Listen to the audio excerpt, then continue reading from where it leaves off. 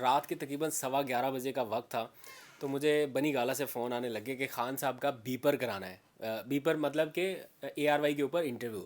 تو میں نے کہا کس چیز کے اوپر انٹرویو کرانا ہے؟ ہم کوارڈینیشن کرا رہے تھے تو میں نے دیکھا سما نیوز کے اوپر خان صاحب کا بیپر ایئر بھی ہونے لگ گیا رات کے آڈیو بیپر. آڈیو وہ بیپر بڑا سرپرائزنگ تھا کہ رات کے عمران خان آڈیو بیپر پہ آ آڈیو گئے. بیپر پہ وہ نارملی ٹی وی چینلز پر نہیں نہیں آتے. تو خان صاحب کچھ ڈاکومنٹس لے کے آئے, انہوں نے ٹیبل پر رکھا اور انہوں نے کہا اس دن کا تو میں بڑے دنوں سے انتظار کر رہا تھا. وہ اپرچونیٹی پہنچے عمر جٹ نے اشارہ کیا کہ بریکنگ نیوز آئی ہے. اوکے عمر آ جاؤ, موبائل دکھا ہے, سو چیک کر لیتے ہیں. دیکھ لو. بسم اللہ الرحمن الرحیم. السلام علیکم. پاکستان اور دنیا بھر میں دیکھنے اور سننے والوں کو عبد القادر کا سلام. آزادی مارچ کے دوسرے مرحلے کے 8ویں روز کا اب سے کچھ دیر پہلے اختتام ہوا. میں اور میرے کچھ دوست رپورٹرز ہم کنٹینر پر موجود تھے دینا کے مقام پر جہاں پر یہ آج کا سیشن ختم ہوا. کنٹینر کے اندر کچھ ان یوزول اور ان سین ایکٹیویٹیز ہیں جو آپ کو رپورٹ کرنی ہے, بیکاز اچانک سے تھوڑی ہلچل رہی. عمران خان صاحب کے فون کالز آ رہے تھے کسی کو, اور پھر کچھ ایکٹیویٹیز ہم نے دیکھی ہیں اور ہم آپس میں بھی ڈسکس کر رہے تھے کہ یہ کیا ہو رہا ہے, بیکاز کنٹینر پر اناؤنسمنٹ ہو رہی تھی تقاریر کے لیے کہ جلدی سے آئیں تقریر کریں, لیکن ادھر سے عمران خان صاحب کے فون کال سے کیا ہو رہا ہے. اور پھر اہم بات یہ کہ اب آزادی مارچ کا یہ دوسرا مرحلہ اب تیسرے فیز میں داخل ہو رہا ہے اور اس کو لگنے والا ہے چوتھا گیئر. کس طرح سے یہ آپ کو بتانا ہے, یہ سارے قافلے کس مقام پر جا کر ملنے والے ہیں اور آئندہ چند دنوں میں کیا ہونا ہے, کیونکہ ملکی سیاست کے 10 اہم ترین دن اب شروع ہونے والے ہیں.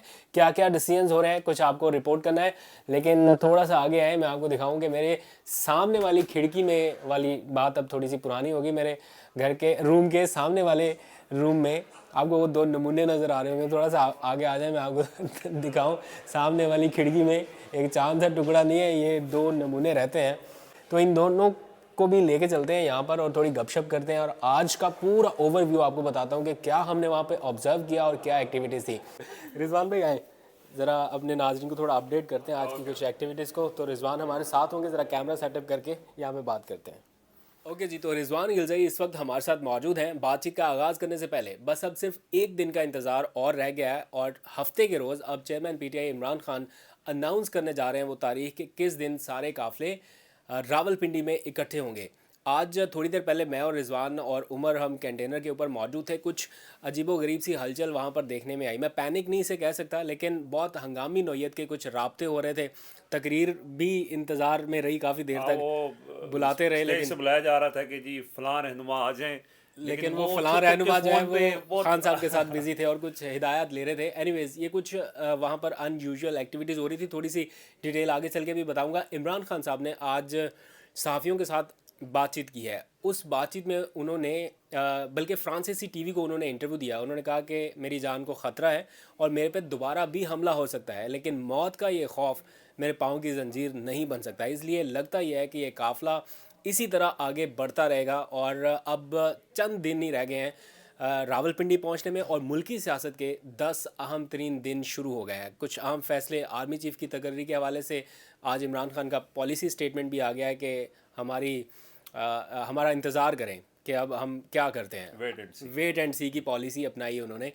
تو رضوان یہ بتائیں کہ اب تک آپ کیا سینس کر پائے ہیں. بہت سارے لوگ یہ جاننا چاہتے ہیں کہ مارچ کہاں پر جا رہا ہے, یہ کیا کرنے جا رہے ہیں, کہاں پر جا کر رکے گا, کہاں پر لوگ اکٹھے ہوں گے. تو اب تک ہمارے سامنے تھوڑی دیر پہلے پلاننگ تھوڑی ہو رہی تھی, تو زیادہ ریویل نہیں کریں گے, لیکن تھوڑا سا بتائیں کہ ابھی تک کیا سمجھ آ رہی ہے, ہمارے ناظرین کو تھوڑی آسانی ہو جائے سمجھنے میں کہ اس مارچ کو آنے والے 2-3 دن میں کہاں پہ دیکھ رہے ہیں. دیکھیں جب یہ لانگ مارچ شروع بھی ہوا تھا لاہور سے, جب آپ نے دیکھا کہ وہ نکلے تھے, اس کے بعد پلان یہی تھا کہ یہ ٹائم لے گا, اور پھر لوگوں نے گیج کرنا شروع کر دیا کہ اس میں لوگوں کی تعداد کم ہے.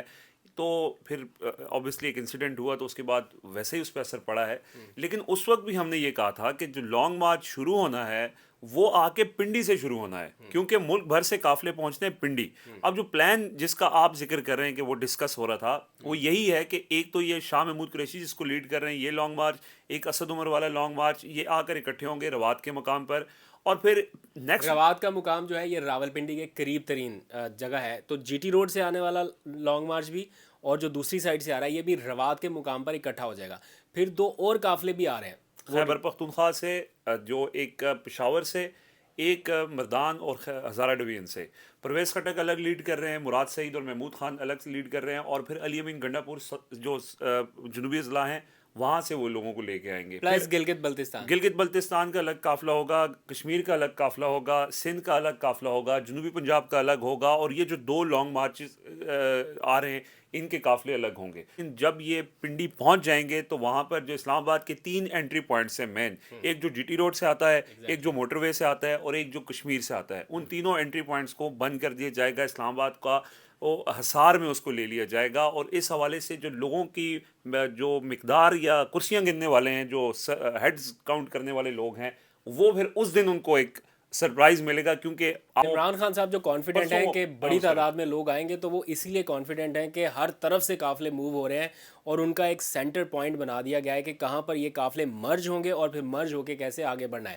Coming back to the point, container کے اوپر جو ہم نے کچھ ویژولز دیکھے, آج عمران خان صاحب نے تقریر کی اپنی.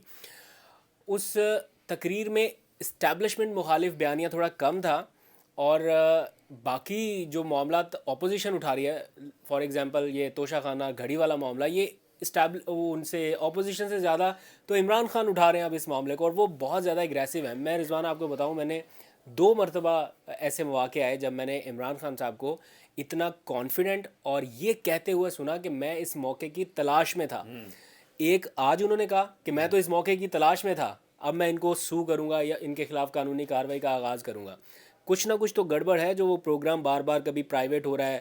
جب پروگرام بائی دا وے میں یوٹیوب کے اوپر کام کرتا ہوں, رضوان بھی کرتے ہوں گے, آپ کو بہت اچھے سے شاید آئیڈیا نہ ہو, لیکن جب آپ ویڈیو پرائیویٹ کر دیتے ہیں تو مین وائل آپ اس میں اپنی پسند کی ایڈیٹنگ بھی کر سکتے ہیں, اور کچھ پارٹ اس میں سے نکالا بھی جا سکتا ہے, اور بعد میں اس کو پبلک کیا جا سکتا ہے, تاکہ ایسے پارٹس جن کے خلاف قانونی کارروائی کا امکان ہو یا خدشہ ہو, وہ پارٹس وہاں سے نکال لیے جائیں, اور بعد میں کہیں کہ دیکھیں جی ویڈیو تو پبلک ہے.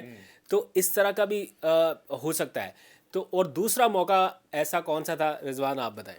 دوسرا موقع 5 اپریل 2016 جب پاناما کیس آیا. اچھا, اس کا بیک گراؤنڈ تھوڑا سا میں ضروری ہے, کیونکہ آپ نے کہا کہ 2 ایسے موقع تھے جب ان کو لگا کہ گیم اب ان کے ہاتھ میں ہے. ایک تو دھرنا ختم ہوا, جوڈیشل کمیشن بنا, اس کے بعد ہمیں یہ لگتا تھا کہ اب 2023 تک تو نواز شریف کو کوئی نہیں ہلا سکتا.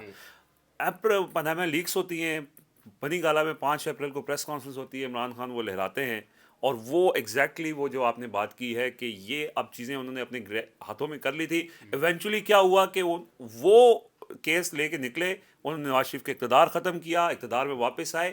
تو یہ اب جو دوسری دفعہ آپ نے ان کو یہ سنا ہے یہ کہتے ہوئے کہ اب چیزیں میرے کنٹرول میں آ گئی ہیں, اب میں ان کو یہاں سے نہیں بھاگنے دوں گا. ایک تو یہ چیز ہے. دوسرا سوری, مجھے آج بھی وہ رات یاد ہے جب پاناما لیکس ہوا ہے نا, تو رات کے تقریباً 11:15 بجے کا وقت تھا. تو مجھے بنی گالا سے فون آنے لگے کہ خان صاحب کا بیپر کرانا ہے. بیپر مطلب کہ ARY کے اوپر انٹرویو. تو میں نے کہا کس چیز کے اوپر انٹرویو کرانا ہے, مطلب وہ کوآرڈینیٹ تو رپورٹر سے کرنا تھا, آلدو کہ ویسے وہ چینل کے اور بھی مینجمنٹ کو بھی بول سکتے تھے. تو ان دنوں وہ جو جہانگیر ترین کے ساتھ تھے, اون چودھری, نہیں ایک اور تھے یار, وہ جہانگیر ترین کے PS بھی بنے تھے, بعد میں پولیو والے اس میں چلے گئے تھے, مجھے ان کا نام بھول گیا. بہرحال وہ خان صاحب کے بابر بن عطا, وہ خان صاحب کے کافی قریب ہوا کرتے, تو ان کا رات کو فون آیا.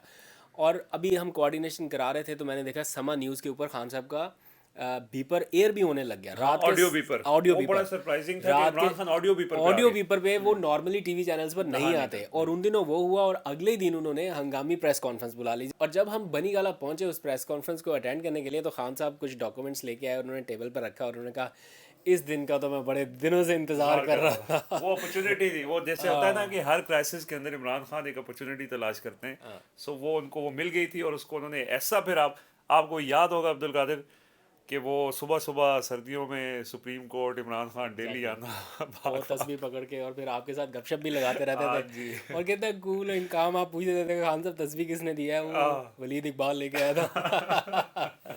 تو یہ والے سینز تھے. اینی ویز آگے بڑھتے ہیں, تھوڑا سا آرمی چیف کی تعیناتی کا جو معاملہ ہے, وہ جو آپ بات کر رہے تھے کہ خان نے اپنی اسٹریٹجی تبدیل کی ہے, تو یہ دیکھیں وہ چینج آف پیس, یہ ان کی حکمت عملی میں تبدیلیاں یہ وہ کرتے رہتے ہیں, لیکن اب چیزیں ان کے کنٹرول میں آ رہی ہیں. میں نے پچھلے ہفتے ایک ٹویٹ کیا تھا کہ خان جیت رہا ہے, تو جب یہ ٹویٹ ہوا وہ ایک خاص بیک گراؤنڈ, ایک خاص کانٹیکسٹ کے اندر میں نے کیا تھا. تو مجھے نا جو مخالف کیمپ ہے ان کی طرف سے 2-3 لوگوں نے مجھے کال کر کے کہا, انہوں نے کہا کیا اطلاعات ہیں, تو میں نے ان سے وہ اطلاعات تو شیئر نہیں کی تھی, لیکن یہ بڑا کانفیڈنس کے ساتھ میں نے وہ ٹویٹ کیا تھا کہ خان جیت رہا ہے. اس کے بعد عمران خان کی باتوں کے اندر آپ تحمل دیکھیں, آج کی تقریر کا آپ حوالہ دے رہے تھے کہ وہاں پہ زیادہ تر وہ زرعی اجناس کے بارے میں بات چیت ہو رہی تھی، اور وہ بتا رہے تھے معیشت کے حوالے سے بات ہے، وہ اتنا اینٹی اسٹیبلشمنٹ نیریٹو کو اور وہ سازشی والا جو سارا تھا اس کے اوپر اب اتنا ہیوی ہیمر نہیں کر رہے. میں آپ کو ایک بات بتاؤں، آپ بھی ان کو بہت کلوزلی جانتے ہیں، ہم نے بھی بہت کلوز ان کو آبزرو کیا ہے. عمران خان جب اگریسو ہو جاتے ہیں، غصے میں ہوتے ہیں نا، وہ اس وقت چیزیں ان کے کنٹرول میں نہیں ہوتی. وہ غصہ اس لیے کرتے ہیں کہ وہ مخالف کو مجبور کریں کہ وہ غلطی کرے اور اس غلطی میں سے عمران خان کو اپنی اپرچونیٹی تلاش کریں. لیکن جب عمران خان تحمل میں آ جاتے ہیں نا، یہ وہ ایک فاتح کی طرح ان کے اندر یہ اللہ نے ایک صلاحیت رکھی ہوئی ہے کہ جب وہ فتح لے لیتے ہیں اس کے بعد وہ ہمبل ہو جاتے ہیں، وہ بہت ان کے تحمل آ جاتا ہے اس کے اندر. یہ چیز ہم ان کی باتوں میں پچھلے 2 3 4 روز میں جو لوگ ان سے مل کے آ رہے ہیں وہ بھی ہمیں بتا رہے ہیں کہ وہ بہت تحمل کے ساتھ بس چل وہ رہے ہیں. اچھی بات یہ ہے کہ وہ اپنے جو فینز ہیں یا اپنے جو ووٹرز ہیں ان کے سینٹیمنٹس کو بھی سمجھتے ہیں کہ اب کس قسم کے سینٹیمنٹس ہیں، اب وہ کیا ڈیمانڈ کر رہے ہیں، اس قسم کا وہ ان کا تھوڑا بہت رویہ رہتا ہے. اینی ویز یہ بہت سارے لوگ یہ اکثر جاننا بھی چاہتے ہیں، اور کچھ لوگوں کو تو معلوم بھی ہے تعلقات بگڑنے کی وجہ کیا تھی. بہت بار خان صاحب سے بھی یہ سوال ہوا، وہ کہتے ہیں میرے اچھے تعلقات تھے، مجھے نہیں پتا کہ کب یہ معاملات خراب ہوئے، لیکن اب آہستہ آہستہ آ کے وہ ریویل کر رہے ہیں کہ کہاں کہاں پر معاملات خراب ہوئے تھے. کچھ ایسی ریزنز ہیں جو وہ خود بتا رہے ہیں، اور کچھ ایسی ریزنز ہیں جن کا ہم انہیں کور کرتے رہے ہیں، اس لیے تھوڑا بہت آئیڈیا ہے. آج خان صاحب نے 2 ریزنز بتائیں. نمبر 1 احتساب، کہ احتساب کے معاملے پر سیم پیج نہیں تھا، اور نمبر 2 عثمان بزدار. اسٹیبلشمنٹ چاہتی تھی عثمان بزدار کو ہٹایا جائے، اور خان صاحب چاہتے تھے نہیں، تو اس معاملے پر بگڑی. لیکن 2 ریزنز اور بھی تھی، جن میں سے ایک ریزن ہے ای وی ایم کا معاملہ. یہ میری اطلاع ہے، ایم ناٹ 100% شیور، شاید آپ کے پاس بھی ہو، لیکن مجھے یہ بتایا گیا جب یہ سارا کچھ ہوا، میں نے بھی چیک کیا کہ ای وی ایم ایک ایسا معاملہ تھا جس پر خان صاحب اڑ گئے تھے. وہ کہہ رہے تھے کہ ای وی ایم کے ذریعے ہی آئندہ الیکشن ہوگا، لیکن کچھ لوگ نہیں بھی چاہتے تھے. پہلے ان کو عمران خان کو انڈائریکٹلی یا ڈائریکٹلی بھی انہوں نے کسی نہ کسی موقع پہ یہ کہا کہ یہ فیزیبل نہیں ہے، اس میں بہت سارے فلاز ہیں، سارا کچھ ہے. لیکن پھر جب وہ عمران خان کو کنونس نہیں کر سکے تو پھر انہوں نے انڈائریکٹلی چیف الیکشن کمشنر اور الیکشن کمیشن کے ذریعے اس کو سارا سیبوٹیج کر لیا. سو وہ ایک پوائنٹ آف کانفلکٹ وہ بھی تھا. میں نے خود ان کو یہ بولتے ہوئے سنا ہے. آپ جب ہماری آف دی ریکارڈ میٹنگ ہوتی ہیں تو اس میں پھر ظاہر وہ چیزیں رپورٹ نہیں ہوتی، لیکن یہ بھی کانوں سے سنا ہے. پھر یہ بھی وہ آپ نے اسٹیبلشمنٹ کی بات کی، اس کے تعلقات کیسے خراب ہوئے. عثمان بزدار تو وہ تو اسٹیبلشمنٹ نہیں بلکہ پی ٹی آئی اور عمران خان کے درمیان بھی وہ تھا، تو وہ چیز اب واضح ہو چکی ہے. حالانکہ اس کے اوپر باقاعدہ میٹنگز بھی ہوئی، وہ اب چیزیں آن ریکارڈ آ چکی ہیں کہ علیم خان کا نام فائنل ہو چکا تھا، وہ ساری بات چیت ہو چکی تھی، اور اس کے بعد پھر عمران خان نے وہ نہیں کیا. ایک تو وہ تھا. پھر ای وی ایم کا آپ نے بتایا، اور تیسری چیز جو تھی وہ احتساب تھا. اور ایونچولی پھر جا کے D G I S I والا معاملہ لاسٹ اکتوبر کے اندر، وہ بھی ہم نے اس وقت ایکسکلوسیولی رپورٹ کیا تھا. ایک کیبنٹ میٹنگ کے اندر عمران خان نے بہت، آپ نے دیکھا کہ بڑے آؤٹ آف دا وے جا کے انہوں نے کچھ ریمارکس دیے تھے، میں وزیر اعظم ہوں، میں دمی پرائم منسٹر نہیں ہوں، اس طرح کا، اور ساری چیزیں اور ان کا بھی وہاں پہ بھی پوائنٹ.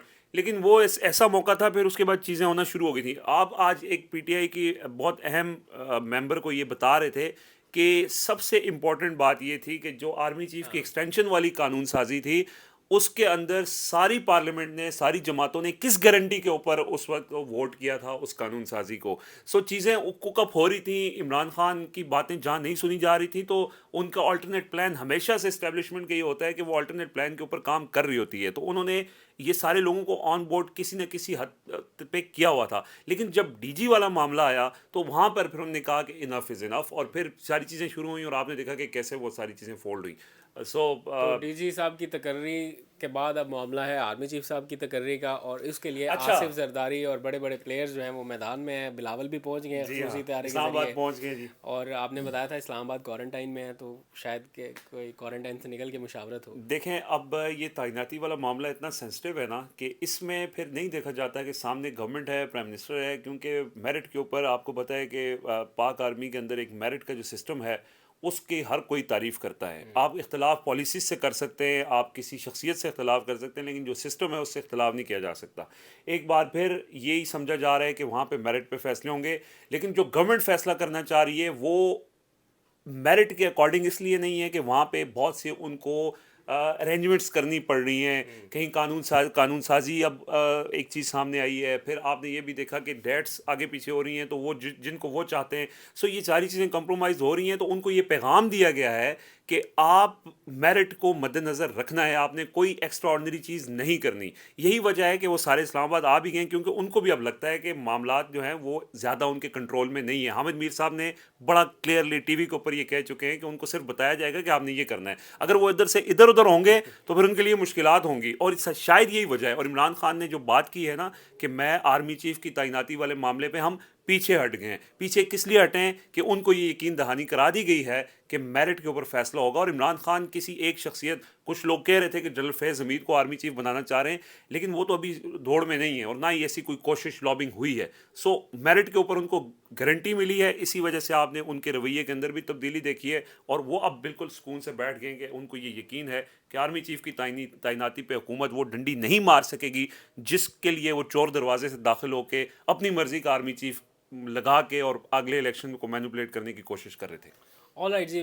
ویسے مجھے تو ذاتی طور پہ یہ لگتا ہے کہ جو بھی آرمی چیف ہو وہ لگنا تو اسی بیج میں سے ہے نا. جی ہاں. اتنا کیپیبل ہو کے ہی کوئی بندہ یہاں پہ پہنچا ہے, لیکن اس کے لیے کوئی آپ ایکسٹرا ارینجمنٹس کر کے کسی کو 2-4 دن آگے پیچھے کر کے قانون سازی کر کے اگر آپ اس پہ اثر انداز ہونے کی کوشش کریں گے تو میرٹ کمپرومائز ہوگا. ہاں تو وہ ظاہری بات ہے تعیناتی بھی پھر متنازع لگے گی. اس کے بجائے جو میرٹ پہ ہے اس کو بنا دیجیے, سارے قبول کریں گے. بالکل ایسے. اینی ویز جی, آپ نے رضوان بھائی کی اوپینین جانی آج دن بھر کا حال اور اوور آل جو پالیٹکس کے حوالے سے. میں نے سوچا کہ تھوڑے سے آپ کو اوور ویو ملے لارجر پراسپیکٹیو میں. تو آج تک کے لیے اتنا ہی. اپنا بہت سا خیال رکھے.